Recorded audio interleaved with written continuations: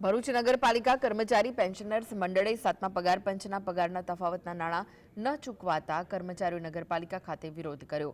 પાલિકાના ચીફ ઓફિસરને 400 કરતાં પણ વધુ નિવૃત્ત કર્મચારીઓના બાકી પડતા 7મા પગાર પંચના પગારના તફાવતના નાણાં ચૂકવવાની માંગ ચીફ ઓફિસરને કરવામાં આવી હતી।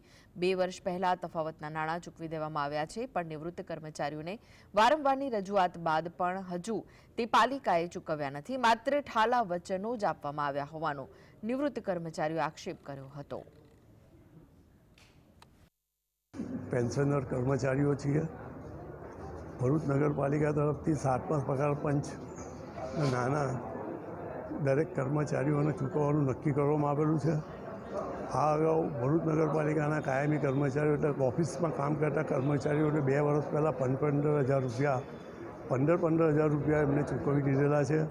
જે તે સમયે અમુક પેન્શનર્સને યાદ કરી અને તેમને પણ તે જ પ્રમાણે વધારે પડતી રકમ ચૂકવવી જોઈએ તે એમને ચૂકવેલી નથી।